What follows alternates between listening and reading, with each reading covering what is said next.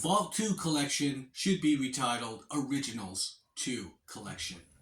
Yo, where all the fat girls at? Get on the dance floor, baby, and let me work that fat. Alright, let's dive into Vault 2 from Prince and the New Power Generation Super Deluxe Edition, Diamonds and Pearls. And this is the Vault 2, and this is 3 records on this collection, and it is a nice looking gatefold, trifold. You have it.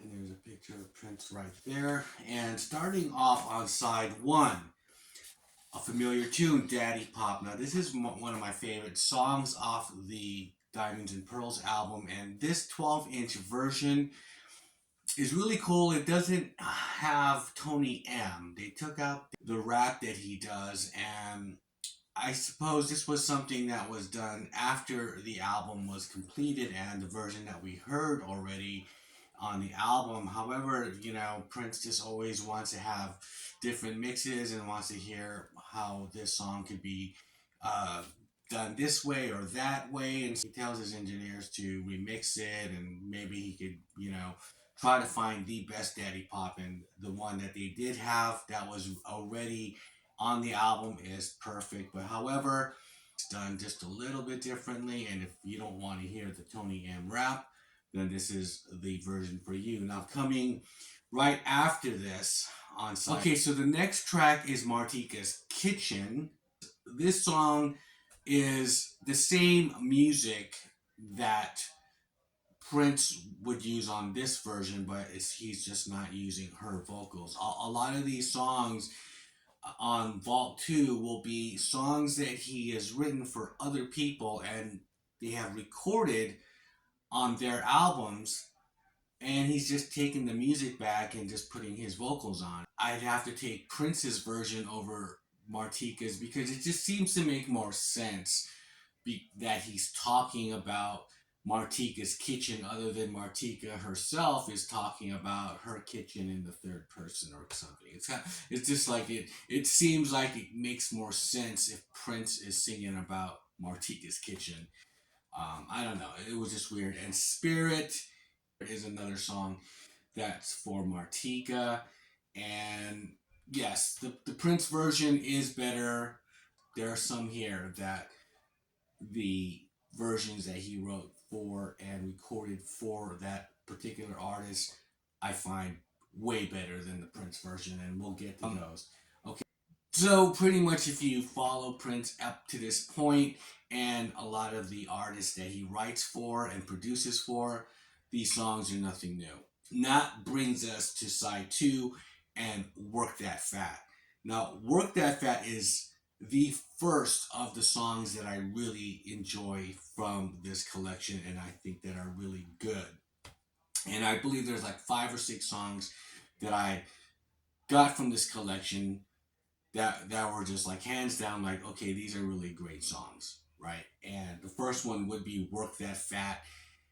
You know, Prince's vocal on here, there's a lot of humor in it, and he's pretty much sounding like Bob George. He's kind of revisiting his voice from Bob George, and it is sort of like a Bob George performance where he's just pretty much talking and just narrating a story with that voice, if you remember Bob George. And it's very funny. He's just like saying his opinions on fat girls and stuff like that, and it's really cool. It's the epitome of what a vault track should be. You know, something that humorous, and it's just something that, you know, you would probably never hear on an album had he still been alive. It would have just been one of those tracks. And Work That Fat is that track. So that following Work That Fat is Horny Pony version 2. It's like a second version of this. The energy is not the same as the one they released. Again, we're going through like the Vault 1 material here of hearing early versions of a song. And this one, obviously, it didn't really cut it for me. And when you got the real genuine good one version out there. Just like, why even bother with these kind of second rate ones? And it feels like he didn't finish it. And I felt there was like a lot of space that needed to be filled. And I think Prince would have kind of got back to it. And he kind of does that with songs. He'll keep them up to a point and like, okay, well that's where I'll work up to that. That's all I could do for this song right now. A good example of that was the song "Extra Lovable," where he just constantly kept coming back to that song throughout his career. And then he did finish it. He had someone rap on it and whatnot. It was really cool. So I just felt like, yeah, Horny Pony too. Putting this one out was, yeah, that was a waste of time. Something funky. This house comes band version. I love this song. This song is played live, and it's sort of like those songs that Prince puts out, like on Sign of the Times, where it just kind of showcases the band, and he kind of walks off stage, and he's going to go through a costume change or something, and each member is jamming and having a little solo, and it's like intermission music until he gets back. And this is a track that they would play live, and it's great that they got a version of it on the album. So something funky, this house comes. Next, Hold Me, another Javita Steele song. So it's just another take, but it's his singing on it. It's okay. Alright, okay, so now we're going to side 3, Blood on the Sheets. This is a track that it's my third track that I like from this collection. And this is the follow up to Dark Side. Okay, Dark Side on Vault 1 was them kind of putting this kind of hard rock thing together, and it was a work in progress. And so this is where it got to the point where it's progressed, and it's gotten really interesting. And I thought it was like a really heavy song, something that, when he jams together with Michael Bland and whether it's Levi or Sonny T, and just like in the Undertaker sessions, when they just kind of strip down and just do kind of like heavy rock and heavy blues, and it's really cool. And this song is something that's probably the heaviest song that I've heard him do.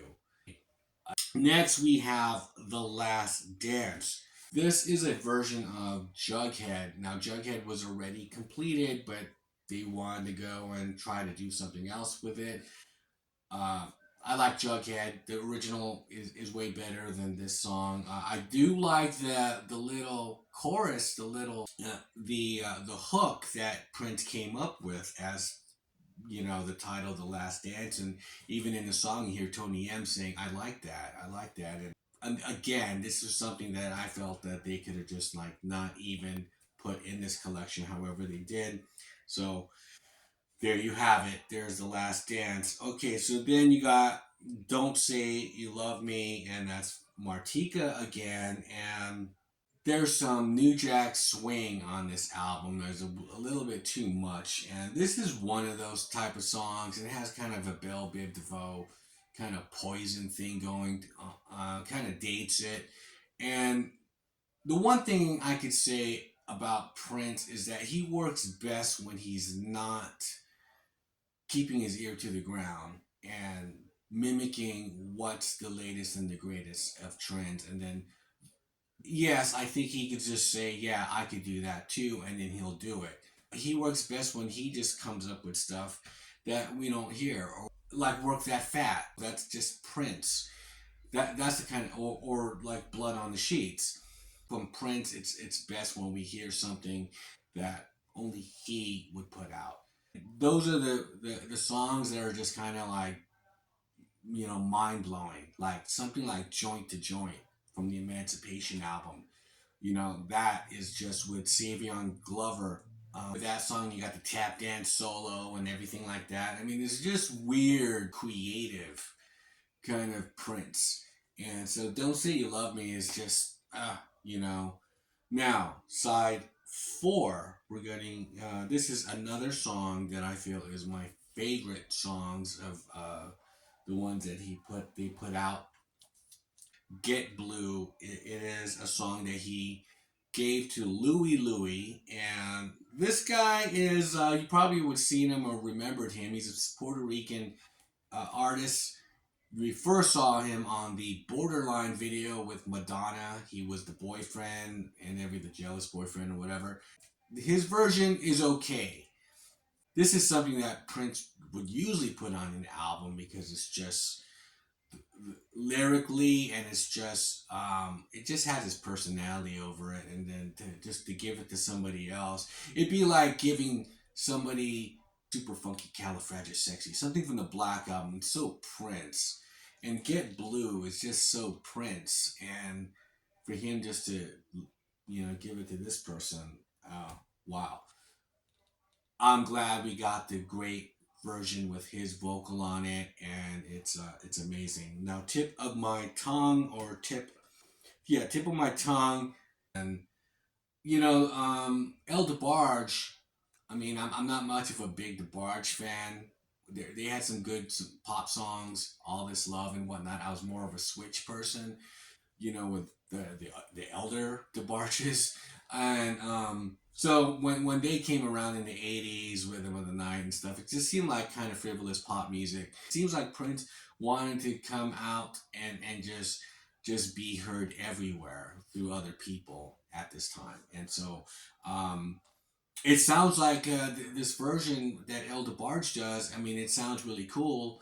It sounds pretty much close to the Prince version, but of course, the Prince version is better, and just hands down. Now, voice. Now, this is the one song that I feel that Mavis Staples, her version's better, it's far more supreme. And when you hear this song, it sounds like he really wrote it for her, with her in mind singing it, and the way she would phrase everything. It sounds like an old '70s staple singer song, because he has covered some of the staple singers' his songs. When Will We Be Paid? I'll Take You There. There's versions of that live running around.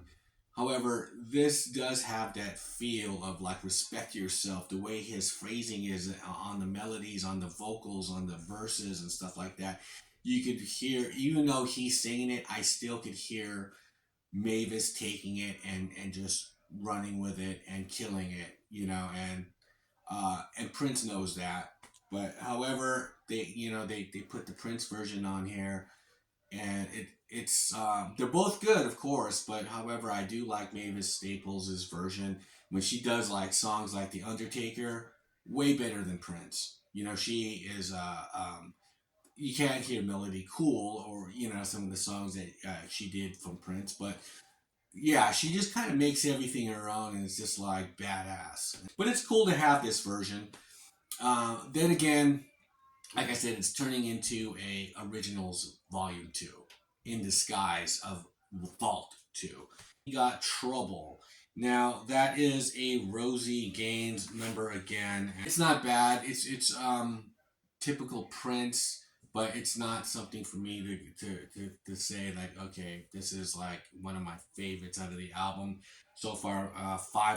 Four of those songs I really love. Now going into side 5, Alice Through the Looking Glass. This song was really cool. This was the first song, pretty much, I guess if you would want to call it a lead-in single on Spotify. They put this song out first, and I remember hearing it and going, wow, it was a vault song.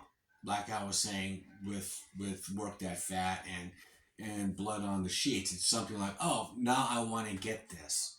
It was that cool, and it's a great little tale about a working class girl, right? And he always has all these songs that have women names on it, whether it's Sarah or Lorianne, Dorothy Parker. Alice Through the Looking Glass. It's okay, but I didn't put it down as one of my favorites. Now, Standing at the Altar. It's Prince's version of a song that he gave to Margie Cox. Now, she is part of Tomorrow and the Scene back in the day with Everybody Dance, and I love that song. I love the band, and so she takes it, and I like Prince's version better. It was just a better version of it. Next, we have Hey You, fifth song that I love from this collection. And I love how it's a funky track, and I love how it kind of breaks into tighten up, make it mellow. There's like these little breaks in the song, which is really cool. And that again is why it works in the vault. Now, Letter from Miles. Okay, that's just an instrumental jazz piece. We hear a lot of these kind of pieces in the Sign of the Times box set, the vaults and everything. And so this one was really cool. It's kind of sentimental. It was originally called Miles Is Not Dead. It's a really cool number in homage to Miles Davis after he passed on. And so he did this little track. Now, side 6, I Pledge Allegiance to Your Love. I love this song. This is the one I said that should have been on the last song of the album, other than Live for Love. It's great blues track, and his guitar playing on here, or I don't know if that's Levi. I felt it would have sounded better right after Insatiable, and just kind of ended it with something, a nice kind of pure song. With great feeling. And so I Pledge Allegiance to Your Love is great. Now, Thunder Ballet is one of my also favorite tracks on here, even though, again, it is a song that is from the album, the first track, of course. However, it goes through like so many moods. He would do something like this in the Rainbow Children, and that was a long 10-minute piece, and that's what this piece is. It's like 10 minutes, and it kind of takes you through all these kind of different moods and everything, and it will just break it down to like real silence almost. And you got the third movement, the reoccurring theme of thunder coming back. It was really climactic, and it was awesome that they kind of added that on here. All in all, I'm gonna have to say, and wrapping this up, I'll give this a 7. It was more like originals, volume 2. Prince works great also if he's giving a song to somebody else, that they do it themselves.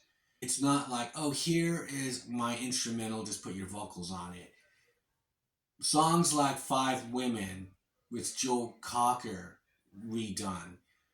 Songs like that, or Manic Monday, where the band takes it and they do their own thing.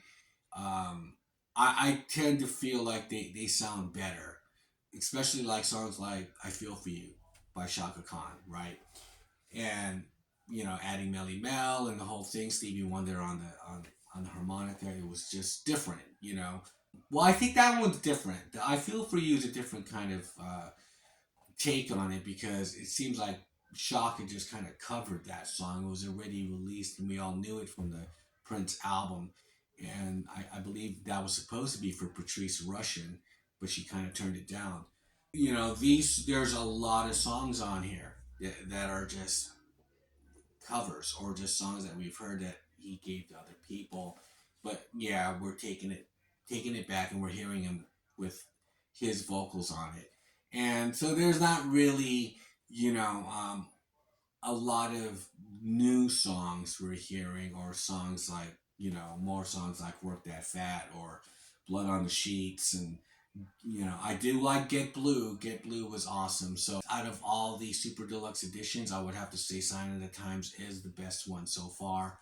And then, of course, I'd say 1999 had some way better vault tracks than Diamonds and Pearls. I think Diamonds and Pearls would have been better also if they kept more of the music that he just made with the band, other than songs that he did with the New Jack Swing kind of stuff, and it just kept it more with, these band members and the things that they were coming up with. So leave me a comment below. What are your thoughts on the Vault 2 from Diamonds and Pearls Super Deluxe Edition? And with that, I'll shut up, and I'll see you guys on the next one. Bye. This is The Last Dance.